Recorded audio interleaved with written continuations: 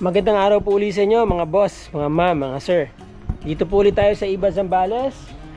Property vlogging tayo, Mango Farm. Yan. Ito po yung pinaka-access. Very accessible ano po, sementado ang kalsada. This is about 10 minutes to 15 minutes. Nasa town center na po kayo ng Iba Zambales. Ito po yung Mango Farm na binebenta. Yan. Ang ganda, no? Oh. Yun. Hanggang doon.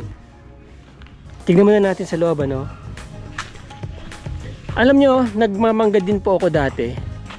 Ang mangga po talaga dapat ini-sprayan yan every 2 years para mas lalo siya maging productive.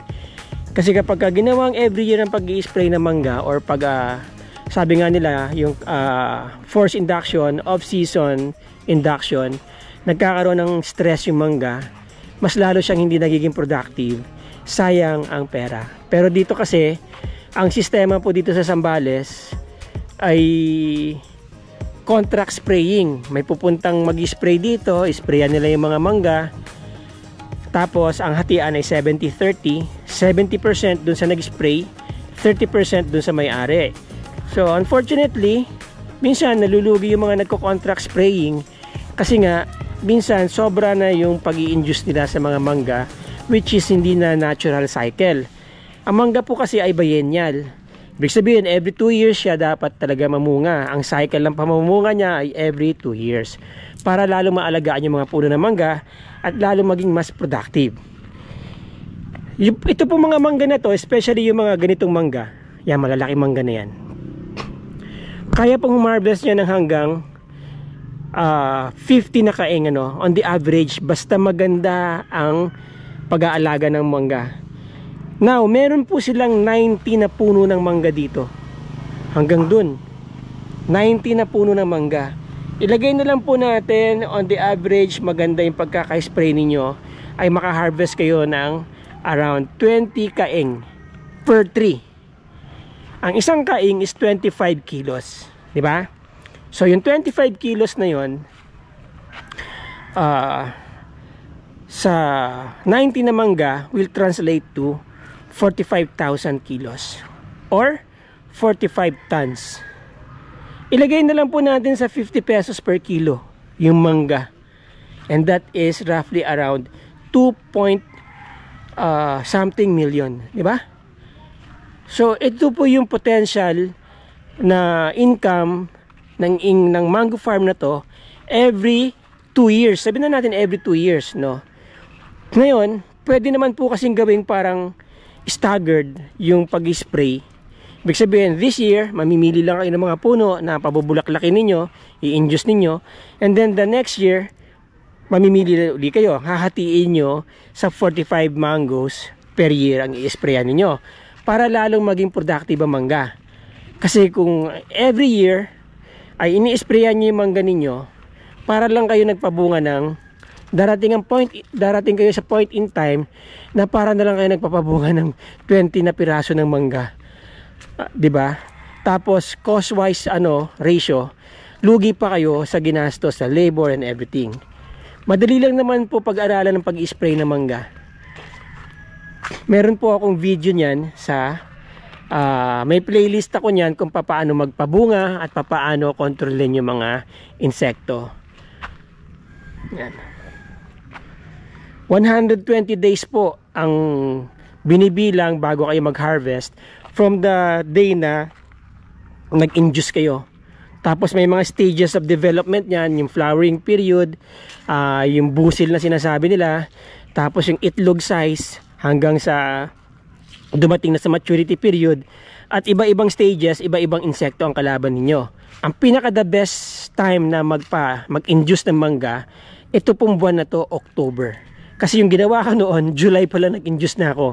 Yun naman ang tawag nila doon, palusot. Kasi kapag lumusot yun, tinamaan nyo yung presyo ng mangga, ay talagang panalong-panalo kayo. Yan, ang gaganda ng mangga, oh. Yan. Alam nyo, napakagandang investment nito, ha? Ang property po nasa 2.7 hectares. Hanggang doon po yung yung property. Ayan.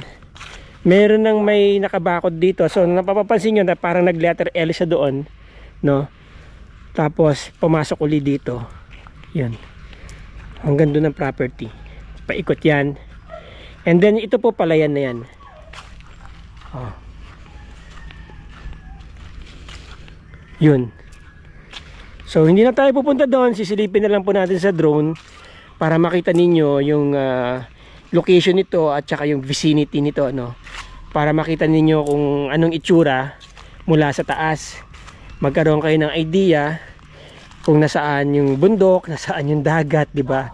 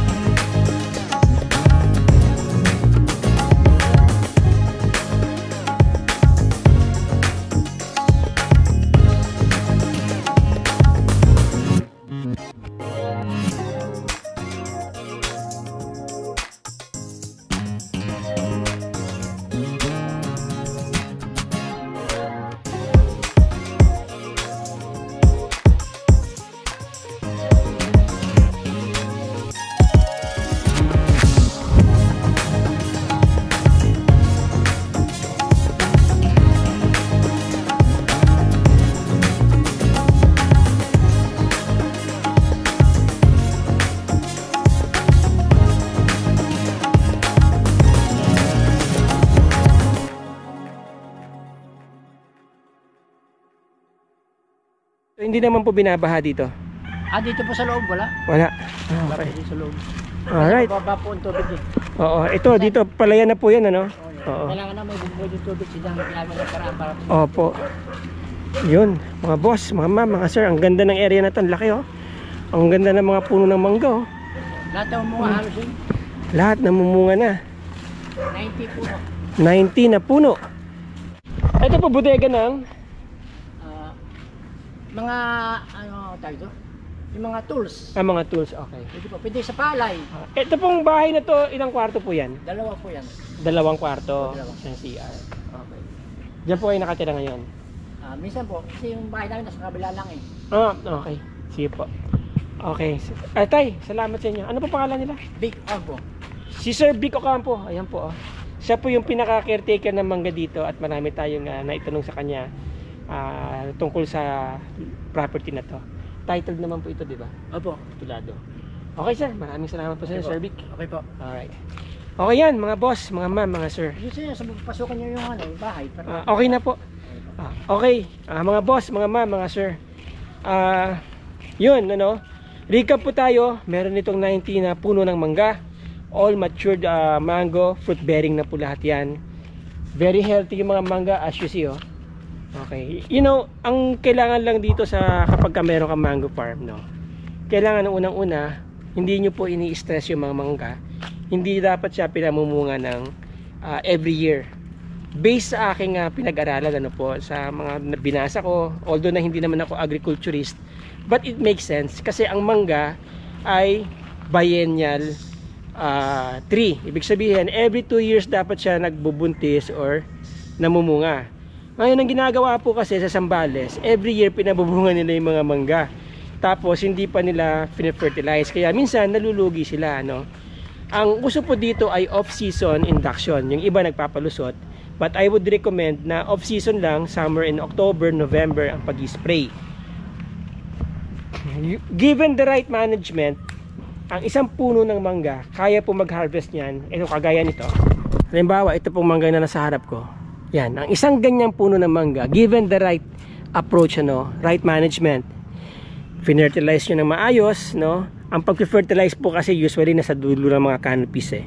Yan, lagay kayo ng fertilizer, i-ready nyo siya sa pamumunga niya. Tapos hindi niyo siya ini-stress, ibig sabihin every 2 years talaga niyo pinamubunga. Okay? At nagkakaroon kayo ng mga trimming, tinitrim niyo yung mga puno. Okay? Yan. Magbibigay po itong ganito kalaking puno ng mangga. Kaya nito magbigay ng hanggang 50 na kaeng or 1,000 50 na kaeng, 25 ang isang kaeng, 25 kilos ang isang kaeng. So kaya po nito magbigay ng 1 toneladang bunga. Ang isang ganitong mangga kapag talaga bumigay siya, kasi alam nyo, lahat po ng dulo nito, lahat ng dulo ng dahon nito, lalabas yung bulaklak dyan, magkakaroon ng bunga. Even sa mga ganito, lumalabas ang bulaklak, nagkakaroon ng bunga yan, talagang hitik yan ang isang puno, di ba? May mga ganung puno, pero syempre hindi lahat pare-pareho yan. Now, let's be conservative, no? Sabihin na lang natin na 20 na kaeng per mango tree ang ma-harvest ninyo. Tapos 90 na puno. Kinumpute ko sa 25 tons, sabihin na lang natin 50 pesos per kilo yung pinakamura na, no? Palugi. You still have 2.2 million gross income sa isang season, 'di ba? Hatiin po natin yung mangga, gawin nating 45-45 para every year meron kayong harvest, and that still translates to possible income of 1 million per season, per year. Ang property po ay nasa 2.7 hectares, selling for 15 million pesos, and that is about 555 pesos per square meter. Titled po ang property, negotiable.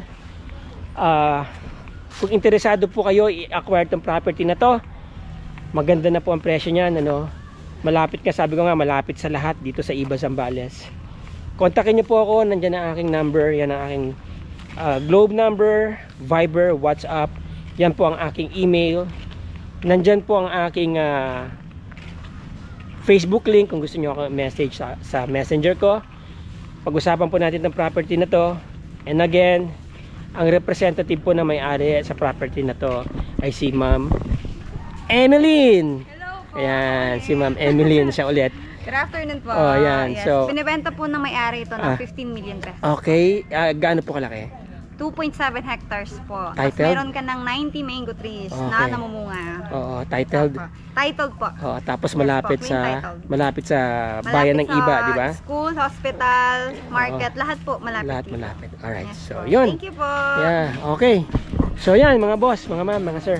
Again, maraming salamat po sa inyong panonood. Maraming salamat po sa inyong suporta.